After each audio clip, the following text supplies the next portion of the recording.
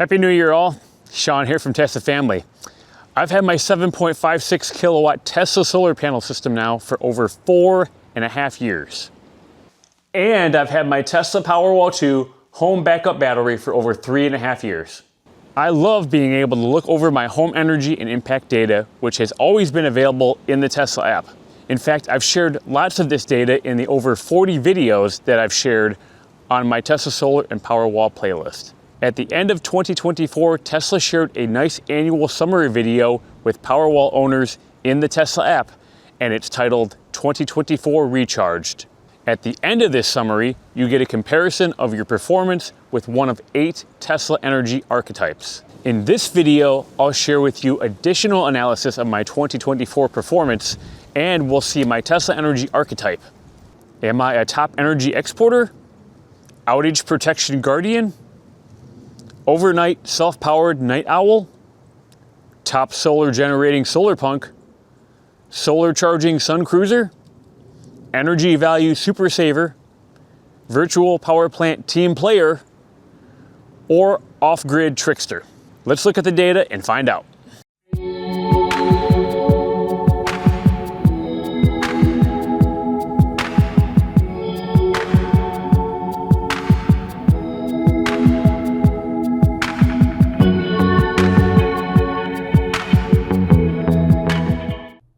Happy New Year, everyone. It is almost 9 p.m. here on the East Coast in Maryland. It's dark outside now, and my solar has shut down for the day after generating 16.3 kilowatt hours. Also, Powerwall has stopped powering my home because it's hit the threshold I've set for 80% backup. Yes, that is higher than what's recommended, but in the winter months, I just want to keep a little bit higher amount on reserve just in case.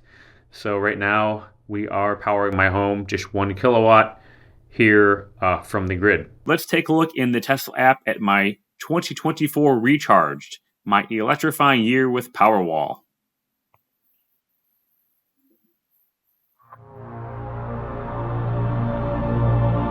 All right, the app is showing that 2024 was my 5th electrifying year with Powerwall.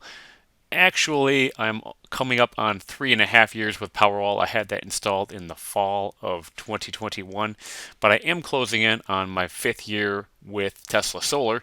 You can see your graph on the left. I've generated 41 megawatt hours since I had the panels installed in late June 2020. 35% of that energy has gone to powering my home.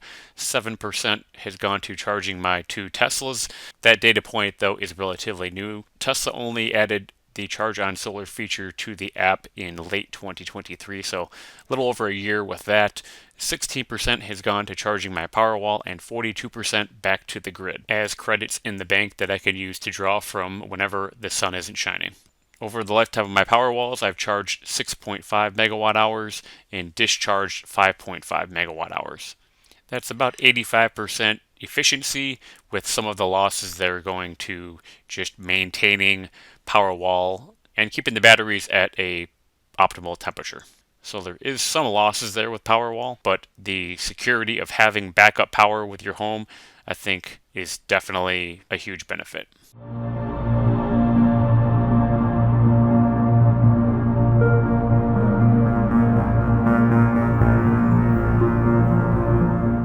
All right, next we're taking a look at the savings that I experienced due to having Solar and Powerwall.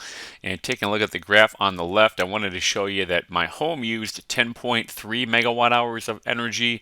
Now that is combined with my Tesla Model 3 due to a slight issue with the Tesla app and adding my new Model Y, my second Tesla, to my account this year. If we add that to the image on the right hand side, 1,311 kilowatt hours that were charged to my new Model Y, then we have a total of 11,611 kilowatt hours for the year used by my home and my 2 Teslas.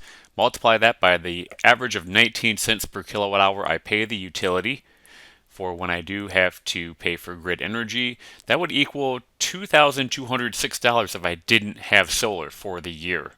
Now, I only paid $653.65 this year with solar.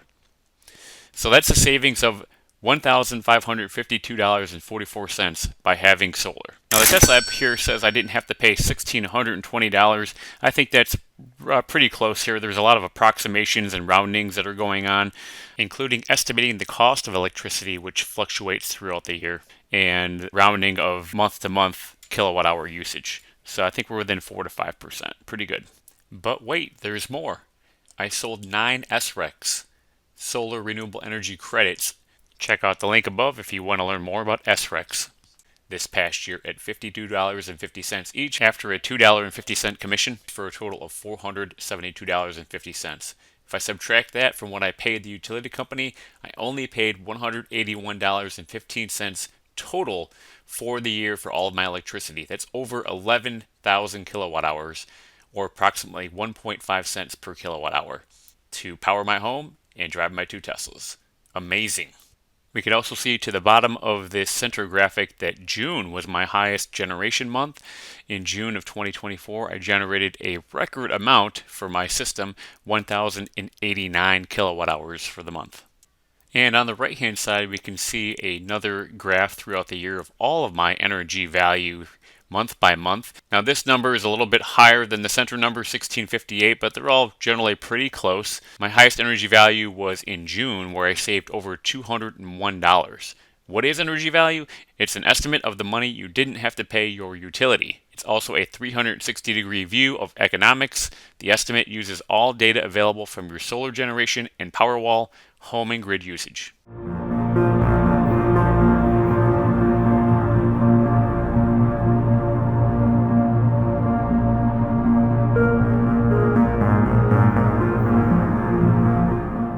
All right, 8.8 megawatt hours generated this year, top 40% of all owners. That's pretty cool. Definitely would be nice to be higher up on that list there, but definitely going to have a larger solar panel array to generate more solar per year. Now, compared to what's actually in the app at the end of the year, it looks like we rounded out the year with 9 megawatt hours. So I'm thinking when Tesla created the 2024 recharge for my account, we were probably just sitting there at 8.8. My highest generation month again was June, and lowest generation was January of 2024.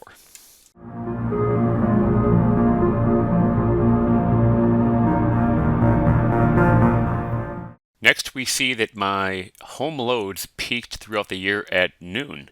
While there's currently no way inside the Tesla app to track electric loads over longer time frames like months or years outside of downloading the data to a spreadsheet, we can see daily usage here on the left-hand side. This is an example from August 1st, where we see a spike at noon followed by a longer duration use of electricity from the afternoon into the evening hours. Typically, these spikes occur because we are running the clothes dryer and the dishwasher, although in the summertime, these spikes are also related to the running of the air conditioning. My highest usage was on November 14th, and on this particular day, I had a charge session for each of my 2 Teslas. You can see combined, I charged 63 kilowatt hours. This is not a normal amount of charge for my cars, though. Typically, I use the Charge on Excess solar feature from Tesla, so for the most part, my cars are charged by the sun, except when the car's state of charge is below about 40 to 50%. Then I have a setting that allows the charging to occur from any sources, including grid, Powerwall, and solar. If you want to learn more about Charge on Excess solar, check out the link above.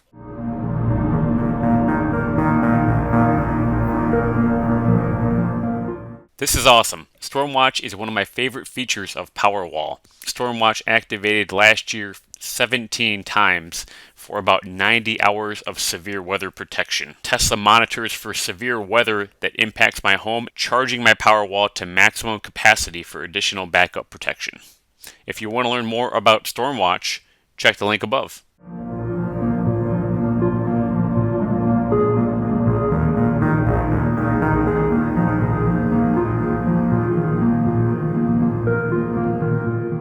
Alright, next we see that my home was powered 100% by the sun for 2,568 hours last year, and that's the top 37% of all owners. Now that's really good compared to this information from climate.top, saying that Washington, D.C. gets an average of 2,601 hours of sunlight per year. The amount we picked up in 2024 would be very close to that average. Many of the owners who received more sunshine are likely in sunnier parts, including the southwest U.S.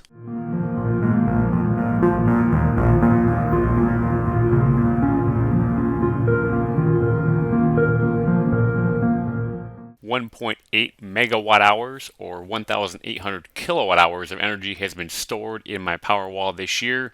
That amount could back up my home for 58 straight days at an average of 32 kilowatt hours per day. Take a look on the right hand side, we can see the breakdown over the past 12 months. And with 1,584.6 kilowatt hours discharged, that's an 85% efficiency. As mentioned before, some of that energy is used to maintain the Powerwall systems, including an optimal battery temperature.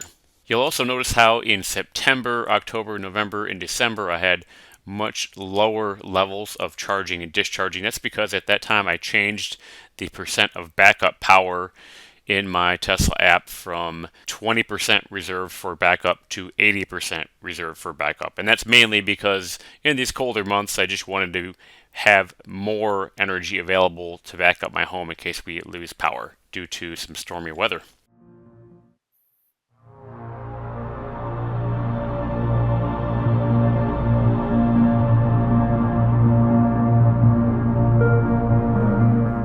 In 2024, we avoided using any energy from the grid, meaning that solar and or Powerwall provided 100% of our home's energy needs for a total of 2,466 hours.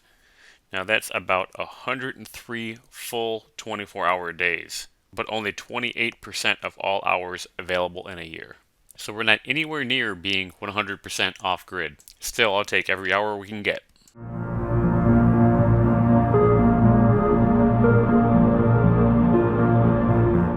Alright, now the Tesla app is calculating my energy archetype based on my best performing metric, and that happens to be the total self-powered hours at night this year, being 684 hours. So let's see my energy archetype.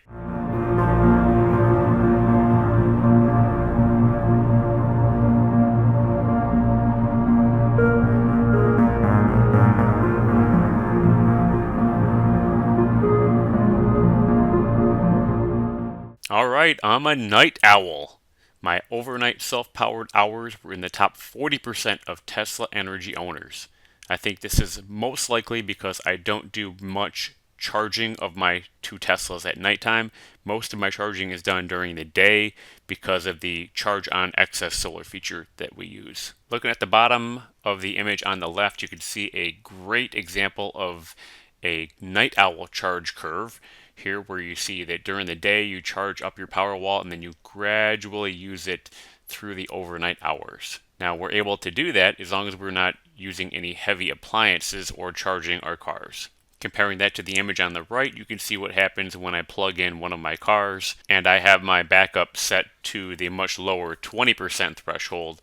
We can eat right through that charge rather quickly, and that leaves us with no Powerwall to use overnight, and we're relying on the grid.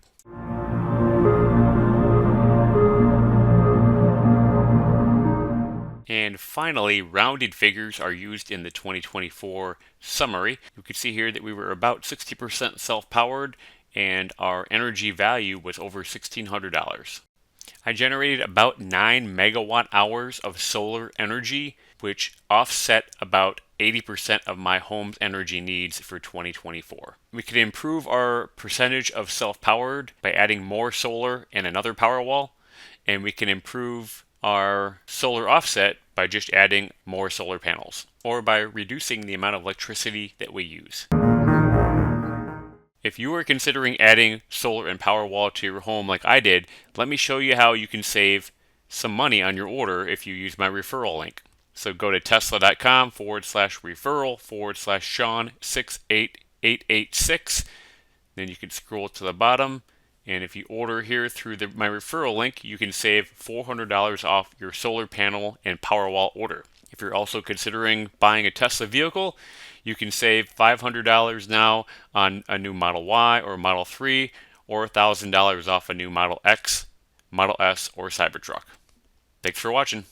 Thanks for watching the video. If you really liked it, be sure to leave a like and subscribe to Tesla Family Channel here for free on YouTube.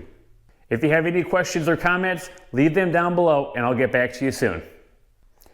We really appreciate all of our subscribers and anyone who watches our videos. Thank you very much. Check out more of our videos linked to the end screen of this video and on our videos, shorts, and playlist tabs. If you're on social media, like us on X and follow us on Facebook. Use my referral link to buy a new Tesla and get up to $1,000 off the purchase price.